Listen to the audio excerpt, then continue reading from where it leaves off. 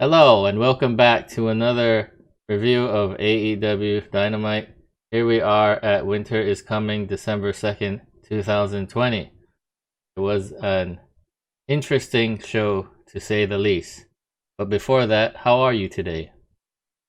I'm doing fine. Thank you for asking. Okay. So, what did you think about this show? Oh, there's so much to unpack here. I liked it overall, and I really liked the main event for the most part until, well, I guess we'll get to it, until probably the last quarter of it, last 10% of it. Then it really kind of fell off the rails. I Uh, loved it. really, the whole thing. No, I didn't love it. No. Well, the ending, I I would say that if the ending to the main event happened on another day, on another show, in another match, I would have been okay with it. But we'll get to that. So why don't we just start it off? So we've got AEW Dynamite, December 2nd, the year 2020, and it's already December 2020. Happy December, everyone. And here it is. And the title of the show is Winter is Coming. So we start off with the Dynamite Diamond Battle Royal. And it's announced that the last two people standing still in the ring are the winners, and they will meet next week in a singles match for the Diamond Ring.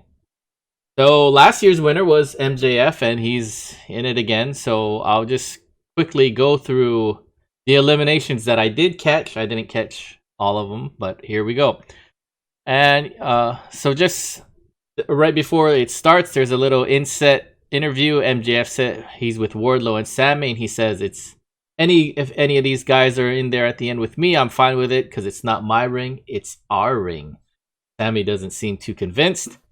But right at the beginning, I didn't even catch it, but the announcer says that Isaiah Cassidy was thrown out by Matt Hardy and he didn't even know or something.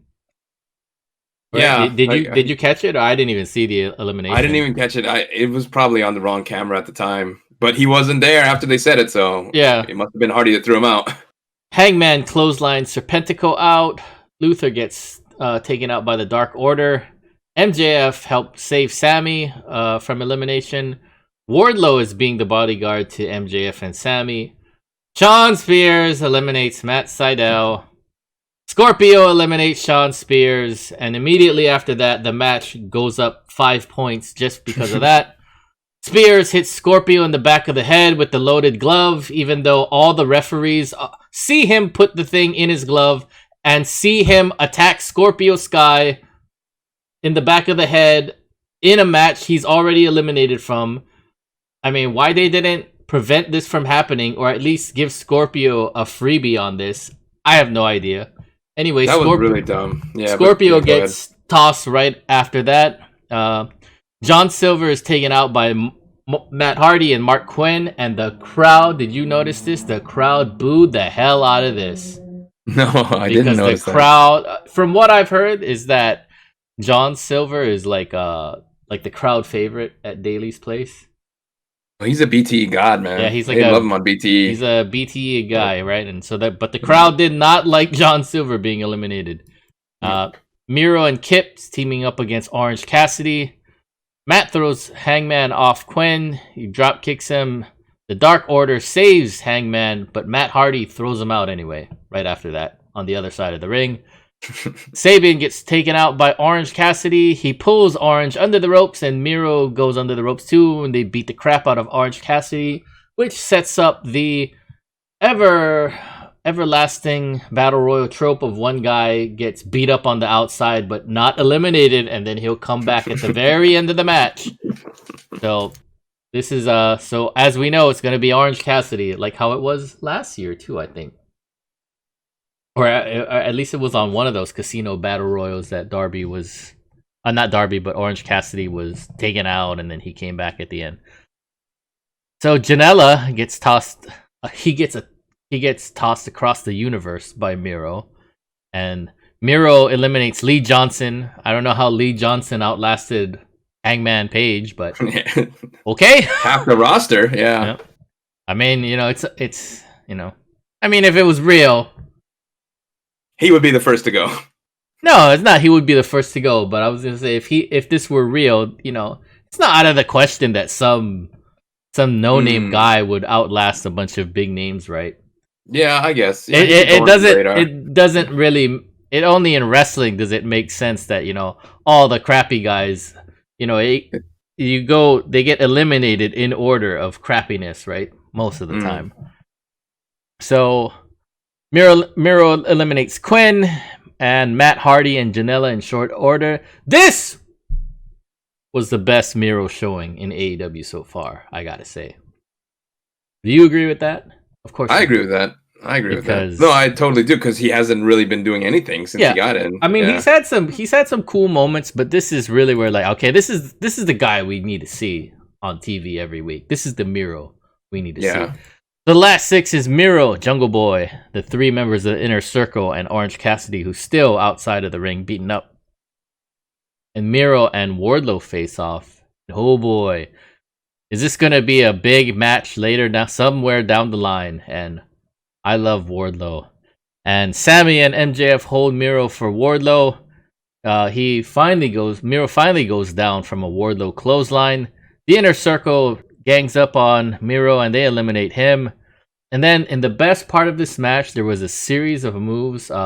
Sammy and Jungle Boy went over the top rope, but they didn't land on the floor. They landed on the apron.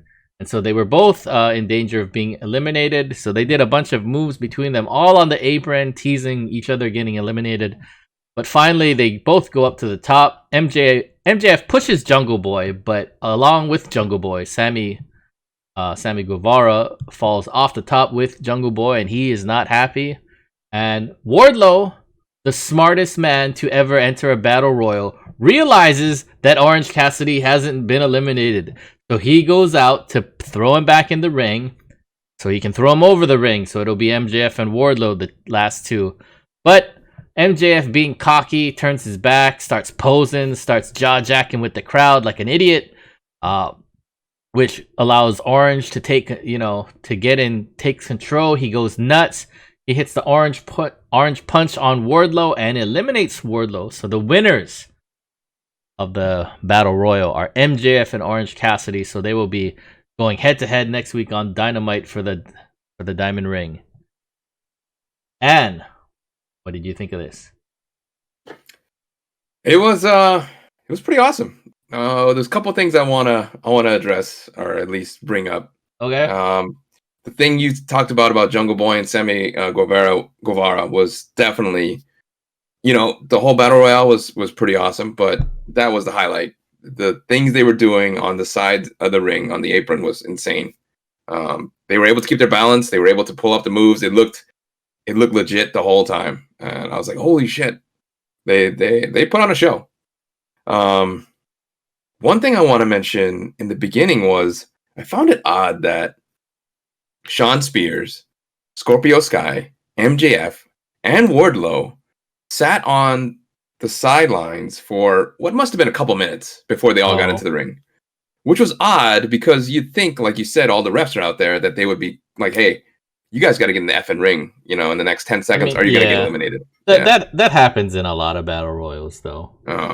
I mean, never went into the ring. That's another battle royal trope, right? Where like one of the bad guys would just be on the outside. It's like, I don't have to go in yet, It happens a lot. Oh, okay. I guess I can, just let that slide. But you brought up a good point about Shawn Spears, like coming back to attack Scorpio, and the refs saw the whole thing. Yeah, it's one thing if the refs don't see him do it, but the refs see him put the thing in his glove and then attack Scorpio. They see it, and the camera catches the refs looking at Shawn Spears. So it's like, what the hell is this? Dumb. This was also not the only ref screw up of the night. We'll get to it later too. But I guess it goes hand in hand, because they didn't say anything with Hangman being saved by the Dark Order either. Maybe it was a non-elimination battle royale. But those are the rules. Non-DQ, yeah. Those are the rules. The rules are your feet have to touch the floor. True. So I mean, it's not like the Dark Order jumped in the ring and started beating up everybody to help Hangman up. I mean, That's true. And like Hangman fell on his own onto the Dark Order, and what are they supposed to do? Drop him? No, I'm not saying they would, but yeah, the fact that they were I know. allowed to be out there is what I'm saying. There's no rule. Yeah. There's no battle royal rule, right? If you're not in the match and somebody like falls onto you, you have to drop them to the floor. There's no rule like that. But I guess it's just the fact that they were out. I mean, they're allowed to be out there. That's the thing. You have to go with the whole adage of disbelief. Not suspension of disbelief, but referee's discretion, right? I mean, the refs should be like, hey, you know what, Scorpio, you got screwed. Get back in there. We're not going to let you, we're not going to interfere like that. Or at least, stop Shawn Spears from doing it. Oh, yeah. The Scorpio thing was way worse. Don't get me wrong. That was 10 times worse. I'm just going with that, I guess. But overall, train of logic. Yeah. Overall, did you like the match? Because I liked it. I actually liked it. I liked it. I mean, it didn't take away from the fact that I liked it overall. The one last thing I'll say though is, if Orange Cassidy doesn't win the Diamond Ring next week, what's the point? Yeah. I mean, they've screwed this guy over so many times for these title type events. You know what I mean? So he better win it next week. So after the match, the best jerks come out to steal the shine off Orange Cassidy. And then Miro and Kip come out, justifiably so, after what happened last week. And the refs, for some reason, now are stopping Kip and Miro from coming into the rings. They didn't stop Shawn Spears from interfering in the actual match, but they're stopping Miro and Kip from fighting after the match. And the best friends are in the ring acting like cocky jerks because the refs are holding back Miro and Kip. And then they hold me back. Yeah. So we've got the lineup for the show. We've got the AEW Championship, Kenny Omega versus Jon Moxley. We've got Britt Baker versus Layla Hirsch, Darby Allin and Cody against Powerhouse Hobbs and Ricky Starks. But up next we've got Jericho and Frankie Kazarian. And I gotta say, this was pretty damn good. I like this one. How did you like this one? It was good. I almost wish there was more spots, I guess. But it showcased both the wrestlers. It was good. I liked it. Kaz and Jericho have a ton of experience between them. And they put on a good show. It was a good match. Yeah. So Jericho comes out. The crowd sings Judas, of course. Always a good deal. Hager's out. He comes out with Hager and Ortiz. They mention that Frankie Kazarian has a victory over Kazuchika Okada. So, two things. Whoever the fuck that is. And two, TNA doesn't count. Although TNA does count, as we will see later on. We will soon find out. Foreshadowing. So even though he's the bad guy, the crowd loves Chris Jericho. I mean, it's pretty apparent that nobody wants to boo Chris Jericho at this point in his career. Yeah, that's true. So there's a couple things in this match I want to point out. Chris Jericho wins eventually with the Judas effect, but a couple things. There's one part where Frankie Kazarian does a over-the-top leg drop onto Chris Jericho. Frankie lands on the floor because Chris Jericho was laid out across the apron. And Jake Hager grabs Kazarian right in front of Aubrey Edwards, who looks at Frankie Kazarian and Jake Hager grabbing him by the leg, and she does absolutely nothing about this. Like, what the fuck is this? How is this not a disqualification? She sees Jake Hager grab Frankie Kazarian, who's trying to get back in the ring. And this allows Jericho to hit a code breaker, and they go to break. But when they come back from break, the big move of this match was Kazarian hits a flux capacitor. I'm getting all flustered. A flux capacitor for a 2. And then in another weird ass, I don't know. Kazarian has a Boston Crab. He puts Jericho in his own move. But since he's not Chris Jericho, it's called a Boston Crab. So he's got a Boston Crab, and Ortiz jumps on the apron. Aubrey looks right at him but does nothing. Doesn't even tell him get off the apron. MJF comes out. It looks like he's going to throw in the towel. Sammy comes down and takes the towel. You're not throwing it in. And while they're showing Sammy and MJF, somehow Jericho got the break on the Boston Crab. Frankie tries a series of pins. They only get 2. Then Jericho hits a Judas effect out of nowhere, and he gets the win. So after Inner Circle are celebrating, Sammy and MJF start shoving each other. Wardlow and Hager start to do a little shoving, and then Jericho gets on the mic and says to shut it. He's sick of this bullshit, and he says he's got 7 days to figure it out. And they all got to figure out how to work together, or the Inner Circle will break up forever. And I don't know. I think, wasn't it like only last week or 2 weeks ago they were in Vegas? Seems a little seems a little rushed. I thought that too. That was kind of a. No, I mean, it's not a shock that they're coming apart, but the fact that it was only 2 weeks ago that they had this whole Vegas thing, and only 3 weeks ago that MJF joined the Inner Circle, they're already talking about breaking up. And it's one of those things too. Like Jericho, didn't half your team already not want MJF in it? Like, didn't you see this coming? Yeah. I mean, it wasn't one of those things where it was like Sammy and Ortiz are like, well, I don't like him, but if the other guys agree, then it's like, okay, we'll go along with it. It was like Sammy and Ortiz like, hell no, we don't want this guy. This is bullshit. We don't want him at all. But I don't know. Okay. I don't know where they're going with this. We'll see. I'm with you on the same boat there. Like, this feels really rushed, considering that they just got together, and now it's like, hey, we just got together. Now let's break up. Yeah. So this next part I didn't. Yeah. This next part I didn't like. The Young Bucks are talking to Alex Marvez, and they're taking on the Hybrid 2 next week. And they say if they can beat the Bucks next week, then they'll get a title shot against the Bucks. So next week is going to be a non-title match. So out come these two guys. I guess their names are Bowens and Caster. Is that what their name? Yeah, that's what I got. They're calling themselves the Acclaimed. I don't know who these guys are, but one of them does a rap about the Young Bucks' dicks. Okay, they seem generic.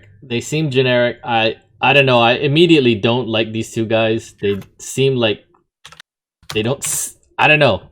I don't know what it was about them, but I wasn't really impressed.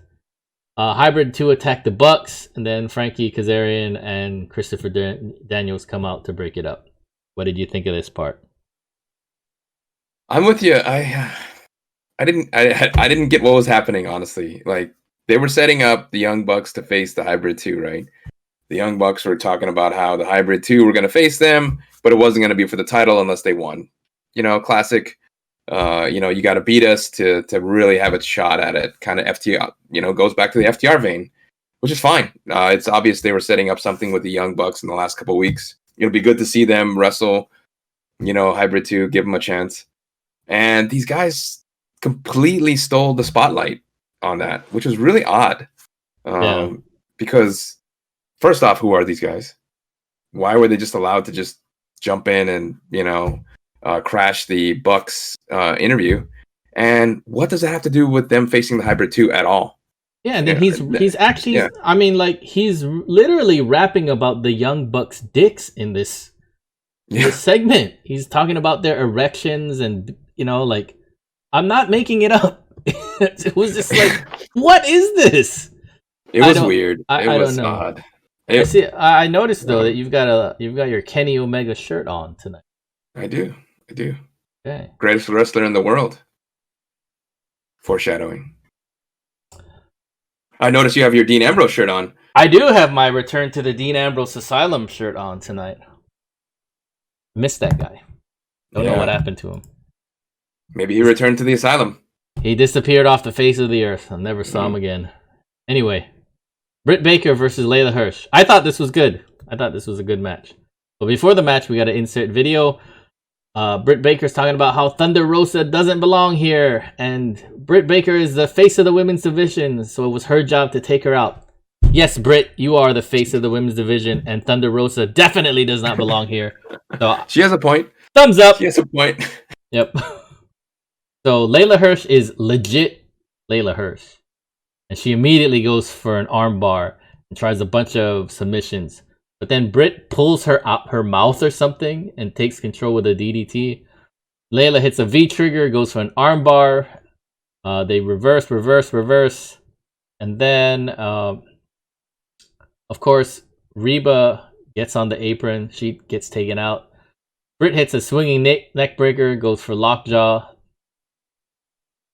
And then, wait. Yeah, so after the swinging neck breaker, sorry about that. After the swinging neck breaker, Britt goes for the lockjaw and gets the win. Did you like the match? Yeah, it was good. It was a good women's match. It was solid. I give them credit to both. Britt's gotten a lot better, obviously, over the last year, and Layla put on some skills. It was a good match. What'd you think? Okay, I liked it. The ending was funny. Why was it funny? So what happened in the ending? Well, afterwards, Thunder comes out and attacks Britt, of course. Yeah. Their yeah. Their simmering feud. Yeah. So this was weird when Thunder Rosa comes out and like immediately she must have borrowed Taz's son's teleporter or something. Because as soon as Britt gets a 3 count, she teleports to the ring. She starts attacking Britt. The refs break it up. And then Reba takes a shot at Thunder Rosa. And then Layla Hirsch gives Reba a backdrop for some reason. Like, stay out of it, bro. But, okay. And Britt Baker and Thunder Rosa go at it again. So this was kind of annoying to me because the refs broke this up. But, well, we'll see. Okay. We'll see. The refs broke this up, but we'll see. So we've got up next Darby and Cody against Ricky Starks and Powerhouse Hobbs. And the match goes to a commercial break less than 30 seconds in. But back from the break, Cody and Darby are in control of Ricky, but eventually Team Taz takes the upper hand and they get control over Darby. Darby and Ricky collide heads. Ricky tags Hobbs, who cuts off Darby, and he just does a ragdoll bear hug on Darby. Gets in Cody's face. He gets eventually though, Darby does get the tag to Cody. He gives a drop kick, hits a bunch of moves, throws his weight belt into the crowd. Taz is on the apron. He gives a disaster kicks to Hobbs, sends him back outside. He does the jumping Cody cutter. He does a plancha onto Hobbs. This is all Cody, by the way, the hero. Does a plancha onto Hobbs. And then finally, Cody tags in Darby. He does a coughing drops on Starks and gets a 3. How did you like this match? It was good. This was, I wouldn't say my match of the night, but it was close. I liked it. I liked it for what it was. It really showcased Hobbs. Darby was in trouble. You really felt like they were going to win. You really felt like Team Taz was going to win again. I thought Team Taz was going to win too. Yeah, but hey, they pulled it out at the end. Yeah, but hey, it's a good win. Darby, the TNT champion, gets the win. I like it. Yeah, solid spotlight on him. Yep. That was good. So in probably the shocker of the night, Hobbs attacks Darby Allin after the match, and Arn comes in, attacks Hobbs and Ricky, but eventually Ricky and Hobbs beat up Arn. Dustin jumps in the ring, and Excalibur says he's coming to the aid of his brother and Darby, but not Arn Anderson. I think that was implied. So Brian Cage... I don't know. Maybe they have some beef. I don't know. Yeah. Brian Cage comes out. He hits an F5 on Dustin. Team Taz is beating up everyone. So this is the part where I was like, this is silly. All those refs came out to pull apart Britt Baker and Thunder Rosa. Where the fuck are they now when Team Taz is beating the crap out of 3-4 guys? Maybe they were still breaking up Britt Baker and Thunder Rosa. They're beating the crap out of Cody, Darby, Arn Anderson, and Dustin. So it's like, where are the refs now to break this up? Although, on one hand, if I was a ref, I would not try to pull apart Brian Cage from anybody. So I will not fault them. I will not fault them on that. That's probably the reason. Everybody and their mother is jumping up when two women need to be pulled apart. Oh, Yeah. I'll take the bullet. Yeah. It's like, oh, we need somebody to pull apart Cody and Brian Cage. Nah. Okay, well, I you know what? Look at the time. I gotta go. Get out there and try to restrain Brian Cage and Hobbs. Like, no. You don't pay me enough for that. I'm good. Yeah.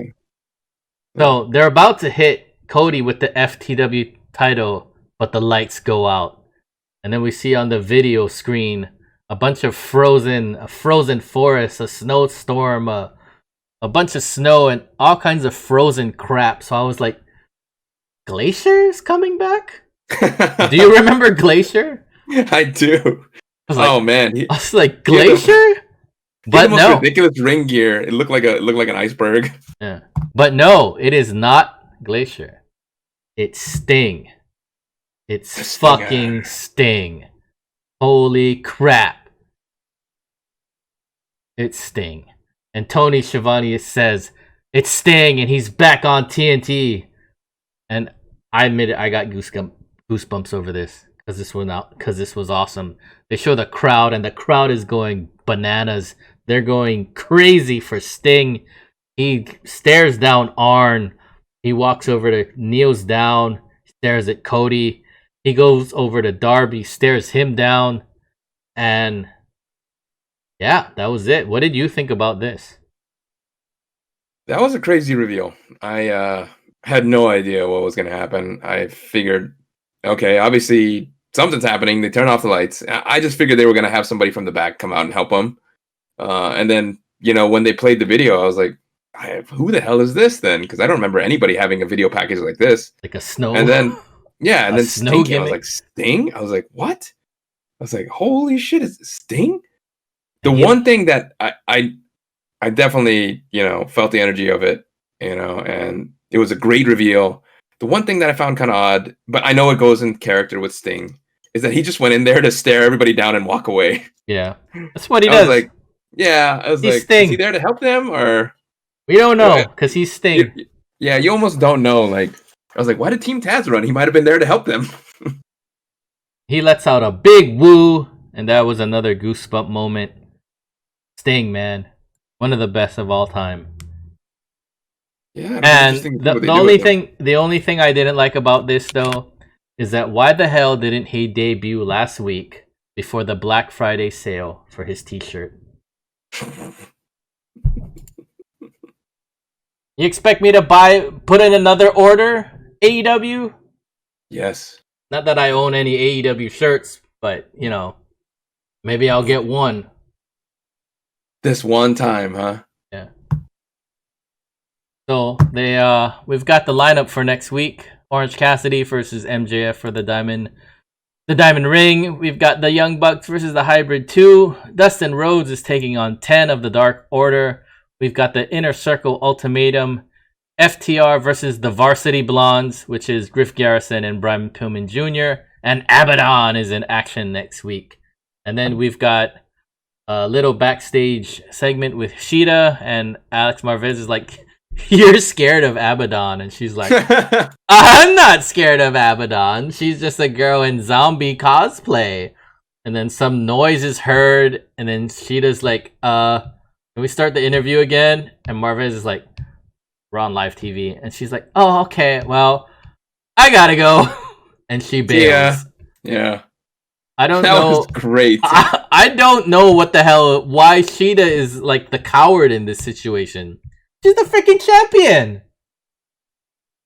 I agree with you, but it's funny on the comedic angle. It was kind of funny though. Like her comedic timing is pretty good. Yeah. I really believe she was scared. Maybe she really is scared, but I really believe she was scared. But they really need to address this at some point, I think. Like, dude, you're just the say champion. Straight out, like, yeah. I have an issue with zombies. You think Moxley would be scared of like some crazy, scary zombie dude? Moxley's not scared of anything, so I don't think. So you see, because he's the champ. So he might be scared of Dean Ambrose. That guy looks like that guy's crazy. But yeah, next week we've got Archer and the Lucha Brothers versus Eddie Kingston and the Boys, and Sting speaks, and they announced that Sting has been signed to an multi-year AEW contract. It's like Tony Khan does not mess around. Less than 5 minutes since he showed up. Yeah. He's already got a contract. Here's a multi-year contract. Yeah. Welcome aboard. But yeah, see, that too, you have to kind of suspend a lot of disbelief because everybody knows that Cody is a EVP, an executive vice president. It's like he didn't know Sting was signed. He's out there like, oh my god, Sting is here. It's like, you didn't know? Like, you didn't know Sting was going to come? Come on. Anyway, that's fine though. He didn't know he was coming today. That's why he was so shocked because he thought Sting was coming in tomorrow. Like he was gonna meet him at the airport. I'm not gonna go off on that. That's an easy suspension of disbelief. Okay. So then we've got Moxley in his interview. It's the biggest night in AEW Dynamite history. 2 years ago, they all said that he was done with pro wrestling. He was washed up. He was a scrub. But then he bitch slapped the entire pro wrestling world across the mouth. Him himself and Kenny Omega have been on a collision course all their lives, and they didn't even know. And so there's only one thing left to do. Go out there, make him go bananas. So the crew is out there with Don Callis of Impact Wrestling. Kenny gets the same hyperbole entrance, but no girls this time. And we've got the total big match feel. So as we kind of previewed earlier, we were not fans of the ending of this match. But I was a fan of everything else up until the ending. Agreed. Would you agree with that? So I didn't take a lot of notes on this match because I just wanted to enjoy it. So this is kind of just from memory. So the beginning of the match the story was Mox was overpowering Kenny Omega. Kenny eventually got the advantage from a dragon screw in the ropes. Mox later hits a paradigm shift, and then this was a weird part. He brought out chairs instead of going for the cover. He puts the 2 chairs down in the ring. He sits down. He puts Kenny, who's still groggy from the paradigm shift, he puts Kenny in the chair, and they just start slapping each other. They just slap each other back and forth. Then they start punching each other. Mox hits a big punch that sends Kenny kind of like reeling back, but then Kenny hits a diving V-trigger onto Mox. Eventually, Mox does another paradigm shift, then a lifting paradigm shift, and gets a 2, which I think is the first time the lifting paradigm shift has been kicked out of, I think. Is that right? Or has somebody else kicked out of the lifting paradigm shift? I cannot honestly remember anybody kicking out of a paradigm shift like that. A lifting paradigm shift. That was a shock. Yeah. I was surprised. I was like, well, it's over. He pinned him. I was like, oh, he kicked out. Okay. So here comes the finish, and this was just I don't know if I said this to you off air or if we already said it here on the recap. on the recap, but if this finish came on any other match on any other night and it wasn't for the world title, I would be totally fine with it. But one of the things that I love about AEW is that at least for like the title matches, they have no BS and they have clean finishes, which, as we'll see, does not happen. So Mox suplexes Kenny into the heaters that are on because winter's coming, so they've got portable heaters outside the ring now. So he suplexes Kenny into the heaters, and the refs come out to check. And they're like, oh man, Kenny, like, you know, he's done, like, get away from him. The doctor comes down, they call for the doctor, and it looks like, like, oh man, can Kenny continue? The announcer's like, I don't know, can Kenny continue? Maybe the match has to be stopped. So my first question is, well, why didn't they stop the match then? Anyway, Mox is not having this. He throws the refs aside, throws Kenny back in the ring. Don Callis gets up from the announce booth. He grabs the mic and he says, he's hurt. He's talking to the ref on the microphone. He's hurt. Mox goes over to Don Callis and pushes him down. The mic ends up in the ring. Except if you notice, I'm pretty sure there are 2 mics in the ring. I don't know how there are 2 mics in the ring. But did you notice this? This is the funniest part in the entire show. Is that when Mox pushes down Don Callis, a bunch of flowers fly out of him when he falls down. Like he's a cartoon character and he doesn't have blood in him. He's just got rose petals inside of him. And Mox pushes him down and all the rose petals fly out. Did you notice this? Was I dreaming? I totally noticed it. No, okay. I saw it too.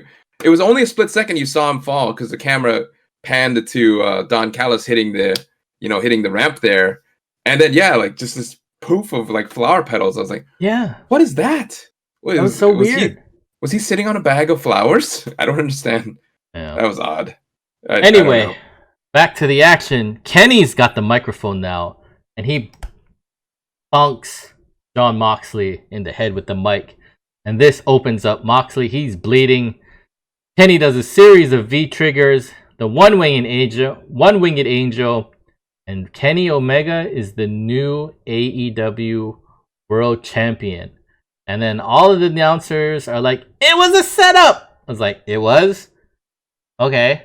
So apparently Kenny and Don were in cahoots and they grab the belt and they run off, and Alex Marvez runs after them and tries to talk to them, and Don Callis says, Alex Marvez is like, hey, what the hell, man?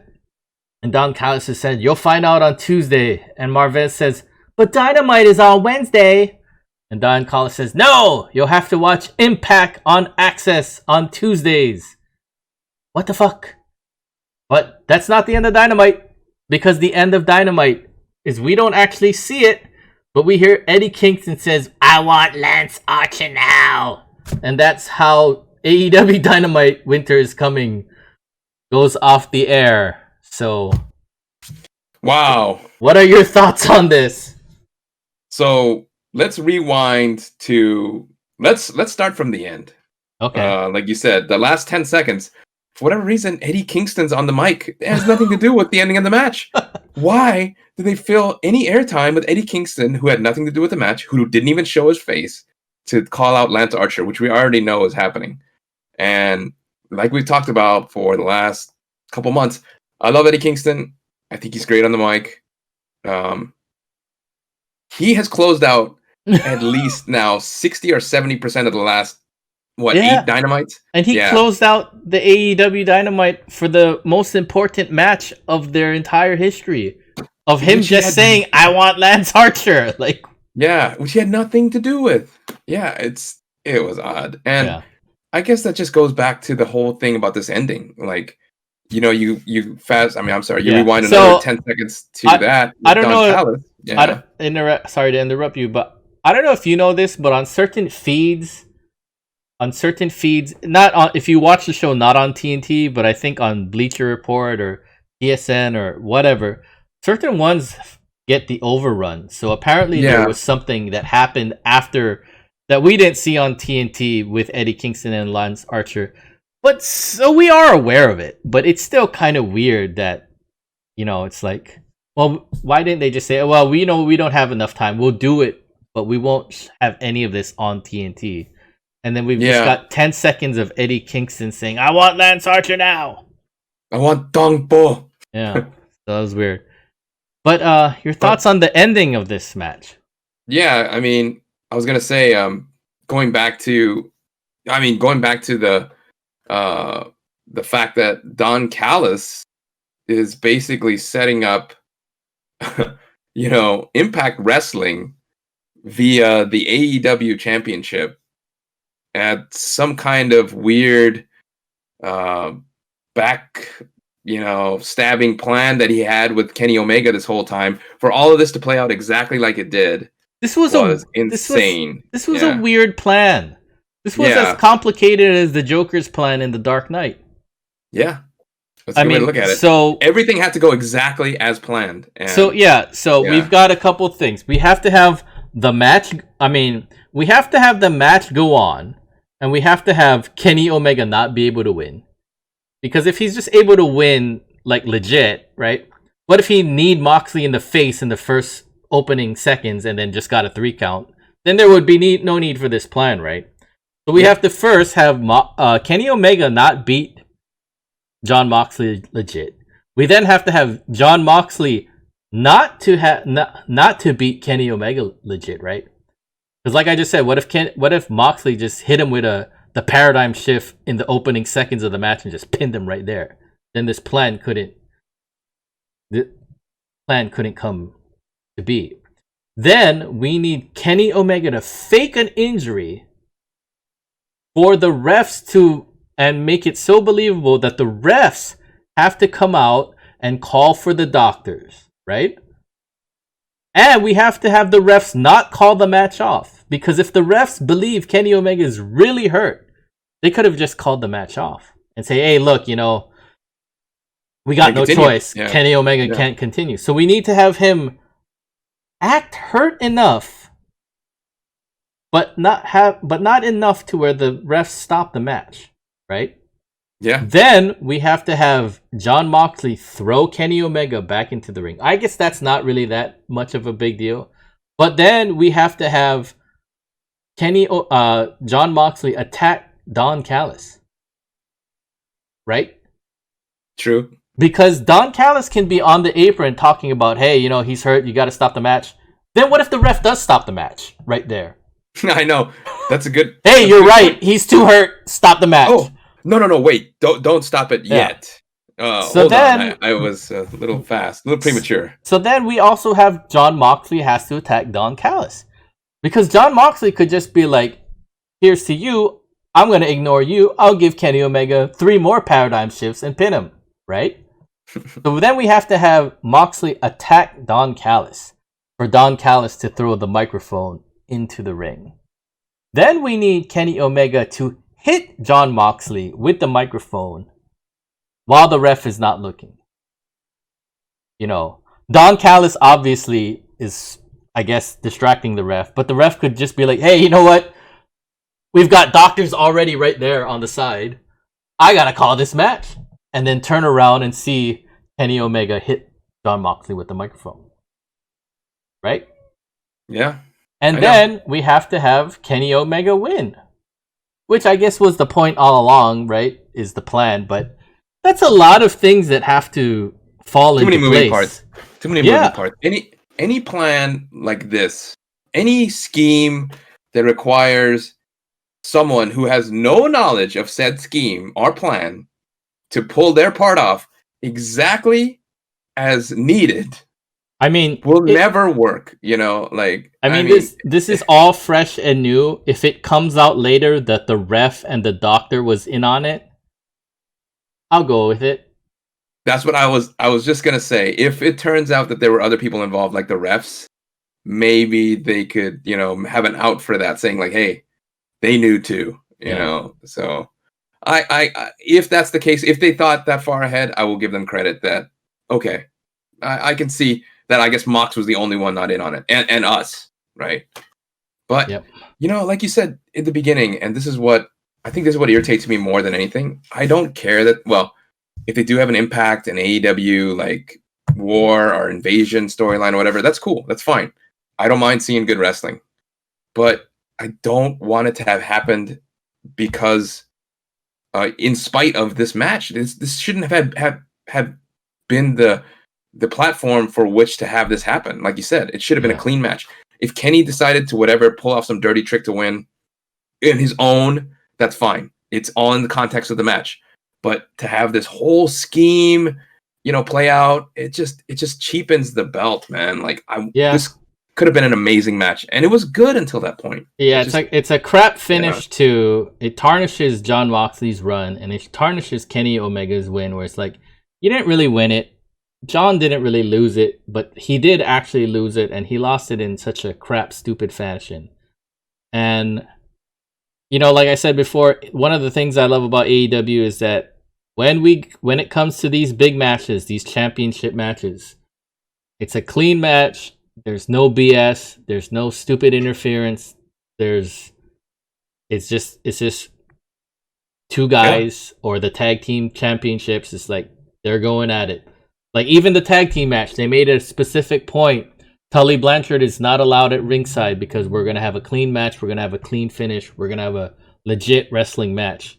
And that's pretty much what AEW promises and delivers on 99% of the time. But here it's like this, they said, and this is not me or you, they said that this was the most important match in AEW Dynamite history. And it was. And What? It's a big deal, no doubt. Now there's some. I guess there's some kind of collaboration with Impact Wrestling, but did it have to be from this? Like, Yeah, it could have been like Kenny could have won the belt, maybe in some underhanded fashion. That's fine, but at the end, he could have been like, by the way, he could have done some interviews saying, because I'm not appreciated here at AEW, I've decided I'm going to take the belt to Impact. Yeah. What do you guys think about that? That would have been like, whoa, what? Yeah, it could have been done after the match where Kenny just won. Kenny could have won legit, won clean, and just be like, yeah, you know what? I am the best wrestler in the world, but all of you don't appreciate me. So if you want to see me, come see me on Tuesday on Impact. Yeah, boom. That would have been a shock. Boom. Like, what? And it just closed out right there, right? Don Callis is like, yeah. And you're just like, what the? Yeah. But yeah, I mean, yeah, like I'll reiterate again. If it was another match on another show with different stakes, I would have totally been fine with it. But man, I was so looking forward to this too, and it really, I don't know, it really cheapened it for me. I cannot stop using that word. It cheapened the whole match. It cheapened the championship. It cheapened the run. It cheapened Kenny Omega. It's like, what? Why? Like, come on, guys. You're better than this. You didn't need to do this gimmick to pull this off. This would have been a great match, and you could have done this after. Exactly. Exactly.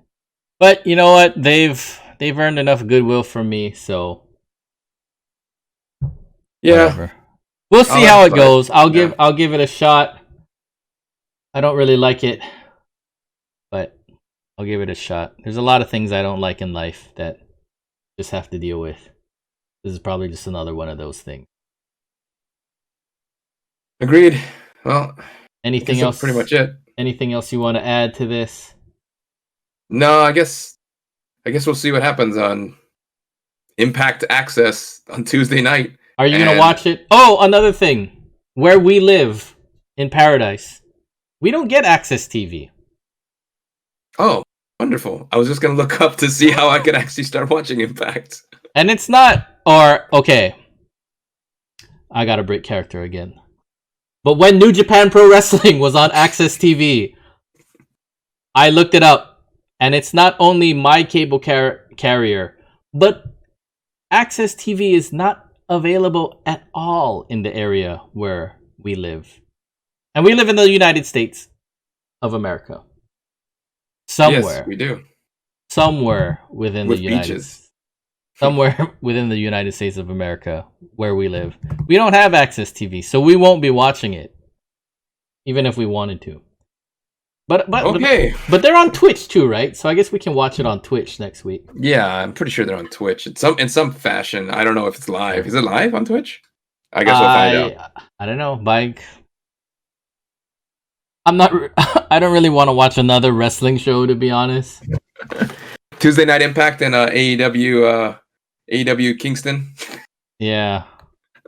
I don't know. The Kingston show on AEW.